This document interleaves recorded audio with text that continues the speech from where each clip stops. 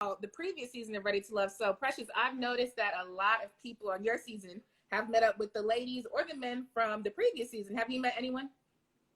Have I met anyone from the previous season? Yes. Oh, absolute Tisia. I mean, it's Tisia, Courtney, Carrie, Aisha. Yes, these are people that have, the cast have really laid a way out for us to really, to show us kind of how to do things and really how to be who we are on this reality TV circuit, right? They've just been nothing but supportive and really receptive with us with open arms. So I really appreciate all the ladies and the men of this season. I love that. I love that. I love that. All right, so I want to talk about your respective first days at the Mansion Mixer. You know how Ready to Love likes to do. You don't just meet up at like a club or a little nightclub or lounge. You meet up at a mansion. So, Precious, on your first day, what's going through your head? You come in this beautiful red dress, looking snatched, looking good. What's going through your mind? First thing is I'm hungry. I'm not gonna lie about it. I'm gonna keep. Listen, I lost over 100 pounds. I used to be a thick woman. Okay, so congratulations. Thank you. The second thing was I was anxious. I didn't know what I was walking into, other than the fact that I was meeting, 7 men that were potentially vetted and ready to love, apparently. And I wanted to ensure that I was having a good time and I was being my authentic self. Okay, okay. And this season is all about quality versus quantity. Like you said, 7.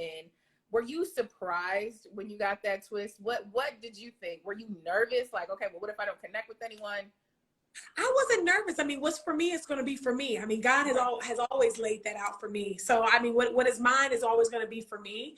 So I wasn't really worried about competition or threatened or anything like that. I really just wanted to ensure that my intentions were pure and the person that was there for me was receptive and ready to love me. Okay. Okay. Now, since it is a quality versus quantity season, we did have some curveballs thrown in there. But Tisia, have you been watching? Do you see any quality on this season that you were like, ooh, why would they on my I did not watch when I was on. I don't even like to hear the sound of my voice back, but I have been watching them and I just caught up. I would say I would have been interested in a few of them. If they were at my Mansion Mixer, I probably would have been like, hold up. No, I definitely would say they have some cuties on their season. They do have some cuties. What was going through your mind at your Mansion Mixer? Because you showed up in the black dress, and you honestly, I did think you were a Southern Belle until you said you're from Chicago. I was like, okay, I got that vibe too. I was late to the party. I think myself and Mumin, we were like second to last. We were the last. So I had to come in there swinging because everybody was already kind of buddied up and, talking. So it was, we had waited a long time to kind of get in there. So yeah, it kind of was like every man for themselves when we walked in, and I was hungry too, Precious. Right. Mumin said yes, LOL. Yeah. Okay. Precious, who did you initially connect with? I feel like I saw you chatting with Tori, but when you were at the mansion, who else did you connect with? Right. So I initially connected with Tori, and I would say Paul initially. Okay. I mean, like I said, P.O. We don't talk about P.O. So yeah, I definitely had a connection with him initially, and I kind of wanted to kind of stay in that realm. I know what I like, and I just wanted to go. Okay. Yeah. Okay. Okay. And what about you, Tisia? Who did you initially connect with? Oh, Oh. My flowers are attacking me. Go ahead. I would say in the beginning,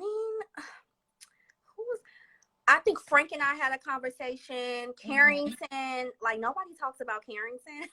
Carrington was there. That is a very good point. I know nobody really talks about Carrington. I always say that if I just had to pick somebody out the lineup, looks wise, Carrington, that's my type, baby. It was that's big, coarse facial hair. Yes, the height, the facial hair, the shining bright teeth, like all of that, right?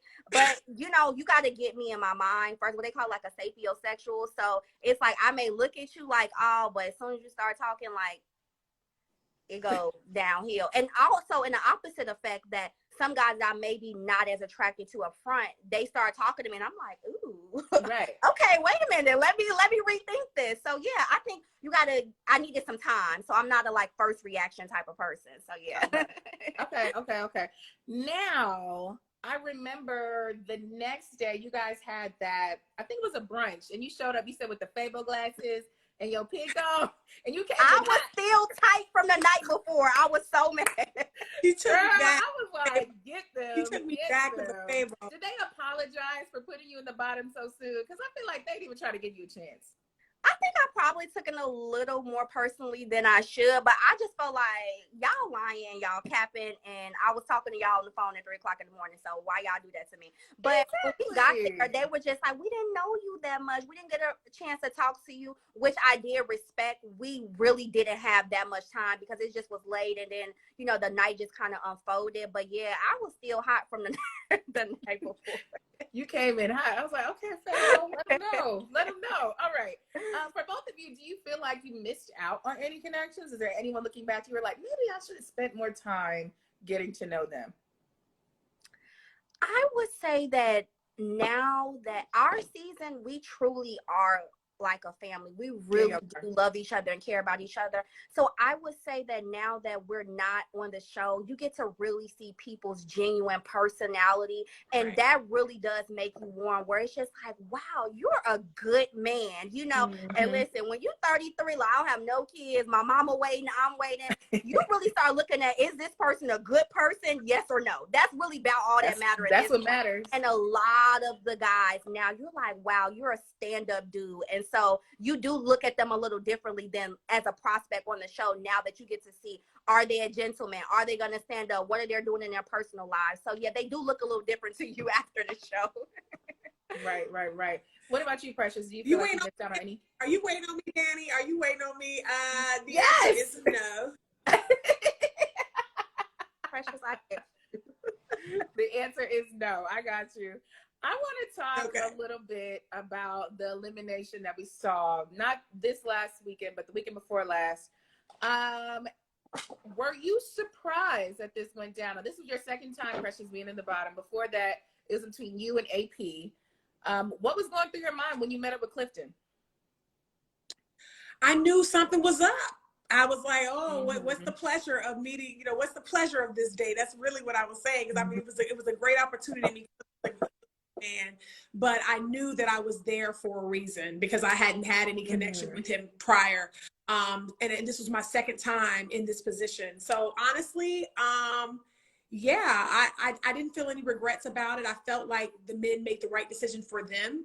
And I really felt like I had to let me go to go find my king. And that's what I'm doing. So, you know, I like that. So the initial time when the men were, I guess, deliberating, you could say, they talked a lot about red flags. And that's going to bring me to my next point. Now, one thing they said was, you're putting yourself out there and being vulnerable, but they felt like you still wanted to experience the nightlife. And the men felt like they moved past that. I've gotten that before. Where did that come from, though? That's what I'm saying. I was like, I didn't get the party, girl. I was like, are you guys going out after and you're like popping bottles and you're the bottle girl with the sparklers and I didn't know bottles it? will always be popped when I walk in the room, but it's almost inflammatory, and it really puts a bias over who I am and what I was trying to do. You know, the men are a little bit older, and I feel like me being one of the youngest cast members, I really had to come in there, and all that young energy, all that tenacious energy was misread. And how old are you again? What? How old are you again? Huh? Young enough. 34. Got it. We're the same age. Okay, got you. Okay, so this is bringing me to my next point about red flags, and I'm gonna play like a quick little game with y'all. It is called Ready to Love, Red Flag or Nah. We're talking about potential red flags that might be on your season. It might be on your season to see it, or it might not be on the seasons at all. I just want you to tell me if it's a red flag or not. Red flag or nah, someone flirting with or kissing another ready to love connection in front of you. It's a red flag if you want it to be, because for me, that would be the end for you. Because I mean, it's like, you that froggy to jump, that means you made your choice. So you should know you can't swing back this way. So that's a red flag for me. Okay. It's an L for you. I know that's right. It's not a red flag for me. You know, this is a process. You know what I mean? And I feel like, you know, if you are a part of this process and you are open to really truly finding what's best for you, what's going to be for you will be for you. I really want to just really hone that in. You know what I mean? I don't scare easily. Okay. I guess it answers my next one, because I was going to say someone who gets upset about you flirting or kissing with another ready to love connection in front of them. So. See, my thing is that it's more about the principle of it. Okay. There's connections being built behind the scenes. So if you decide to stand up in front of myself and other cast members and kiss this woman, you've made your choice. Yeah, that's a big leap. And then you think of like, I'm still interested in you. No, like I feel like that's very uncouth, and you didn't have a lot of tact, because you know, you're not gonna make me feel like, you know, Cinderella at the ball. No, you made your choice, and clearly that was the Cinderella. So I'm just a little more about the principle. Tisia's giving spoilers, and she's also throwing shit. What spoilers? What happened? What happened? Tisia is just speaking her mind. I love her. I just love her. She's so vivacious. She's so vibrant. I love her today. All right. Ready to love, red flag or nah? Someone who asks you flat out if they're your number one. I like a little big D energy. So baby, ask me, okay? Ask me, because I'm gonna tell you, okay? So yeah, I want you to be curious about if you are my number one. So to me, it's like, state your name, gangster. State your business. Okay. I agree with her. I like a man that's a little forward. I like someone that knows what they want. They go in for the kill. You telling me what it is from day one, I already know where to prioritize you. Okay. I like that. Red flag or nah? Someone that tells you flat out you're not their number one.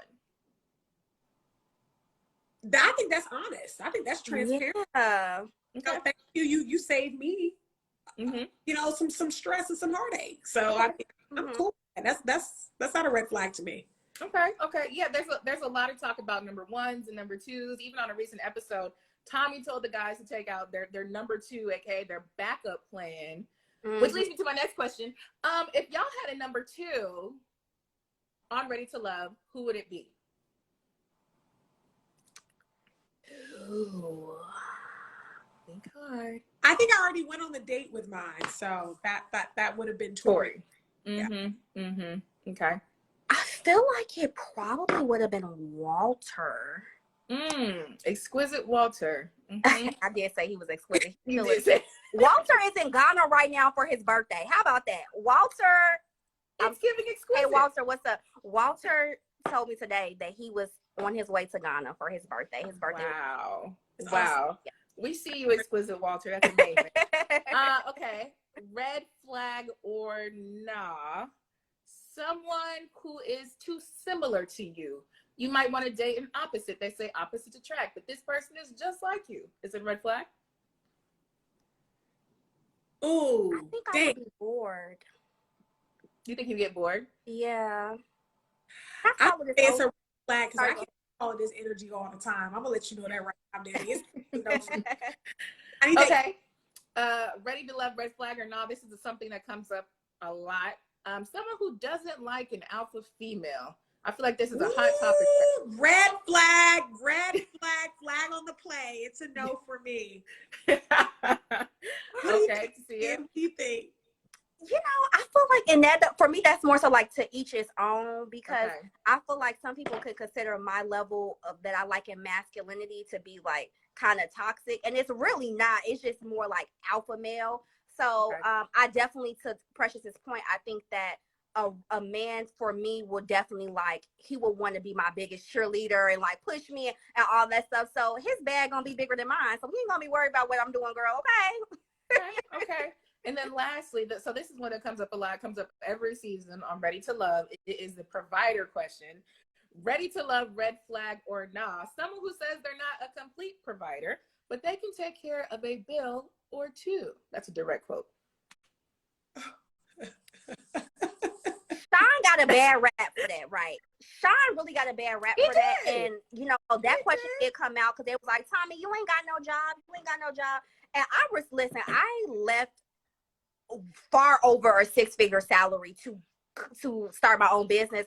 So I really have a newfound respect for men that go and hunt their money down. When you, like I tell people all the time, a invoice is way different than a direct deposit. So I'm not really scared off by that, but it's like, if you had the money, would you give the money?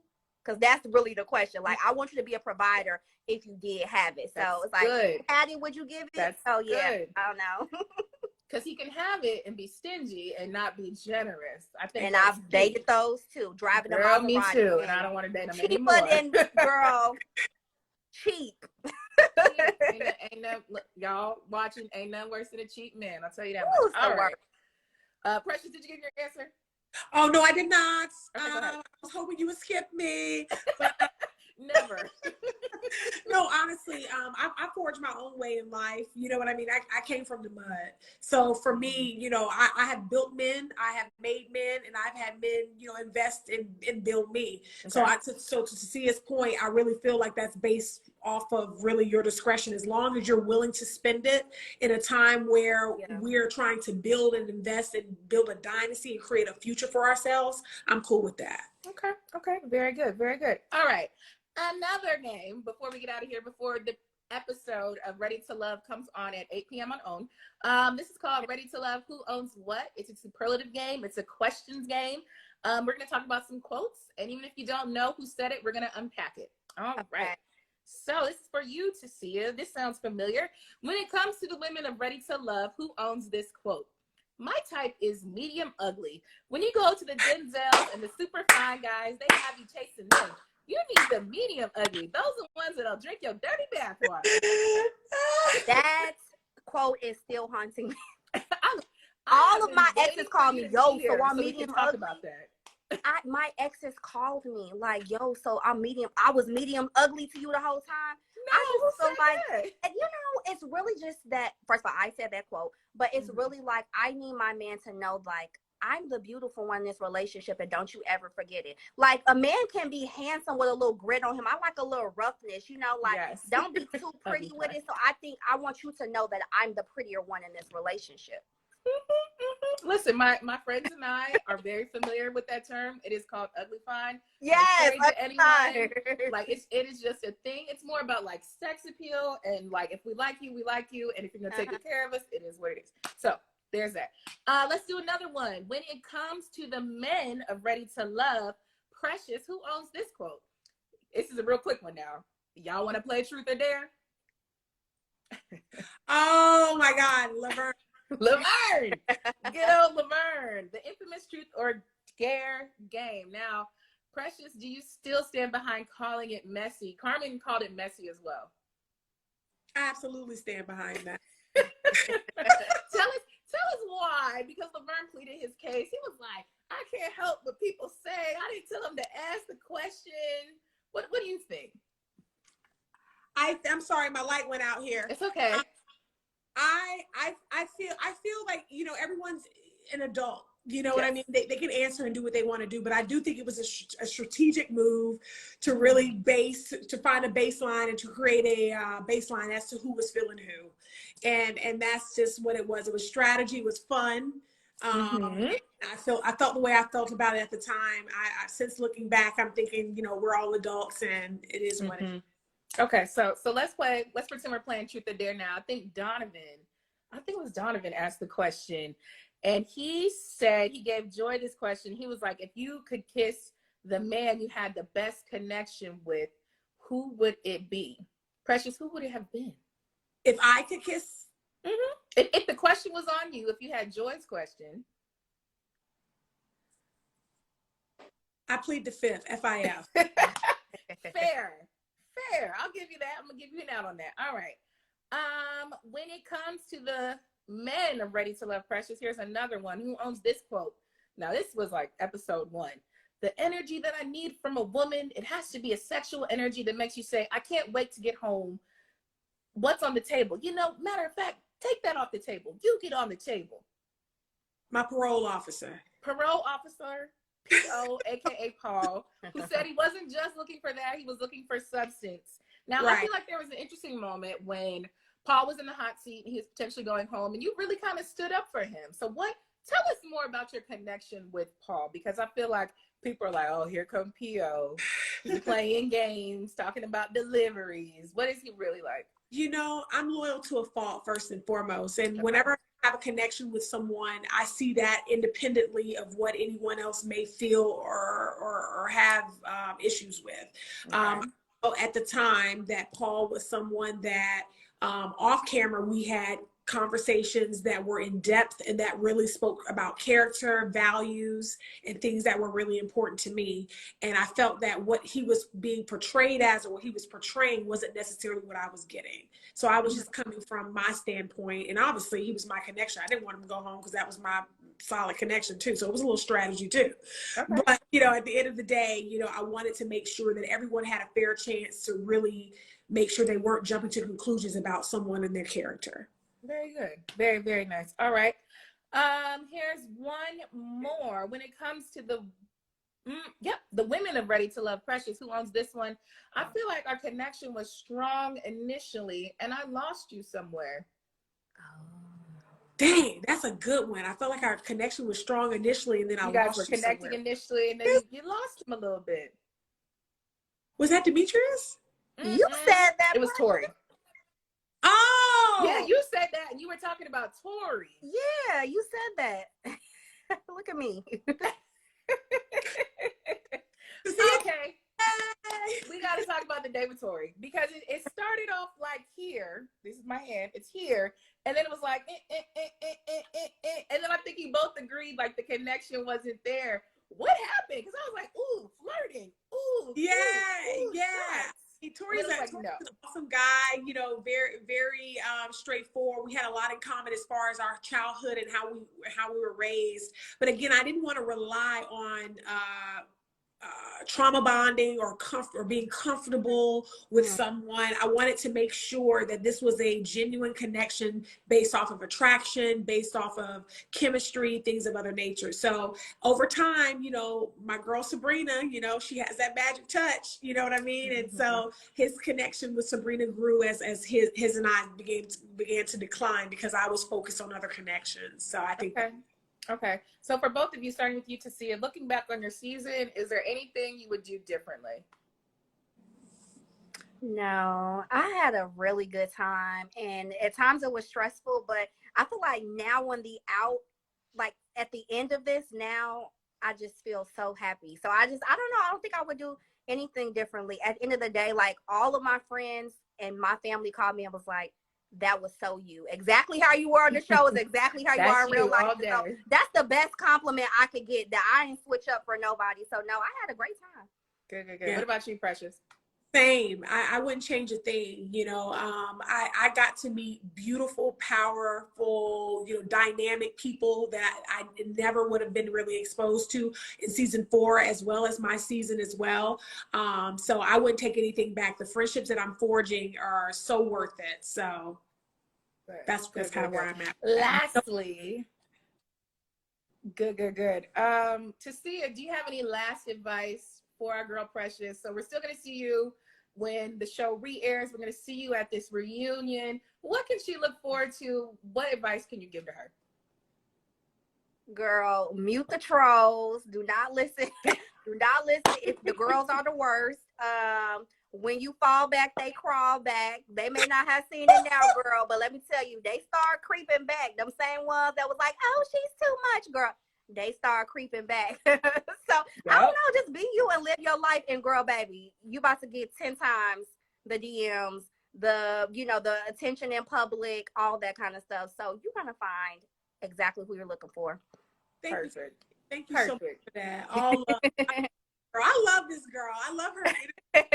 I know. Positive vibes. I love it. All right. So lastly, let us know where we can keep up with you ladies. Let us know what you're working on to see us kick us off. Oh, so of course you all know I have my business as a tech startup. It's at Get Clear on Instagram. And I also am a fragrance enthusiast. So follow my Yes, I saw that. page. You smell good. And if you're interested in like fragrances, scents, and all of that good stuff, I love to smell good. So that's my newest baby, my little project that I'm working on. I love it. What about you, Precious? All right, everybody know, follow me at It's Precious Baby on Instagram. Also, I am in swimwear enthusiast. I am working on called Phoenix Swim. It's for everybody. It will debut this spring. So thank you all for being so patient with me, and definitely try my suits out. You'll love it. Awesome. Awesome. And let us know where to follow you guys. Yes. Tisia, TISIAXVS on Instagram. Mm-hmm. It's Precious Baby. ITS. IOUSBABY, spelled correctly. Thank you. Perfect. And I am Danny Canada. Thank you, ladies, so much. This was so fun.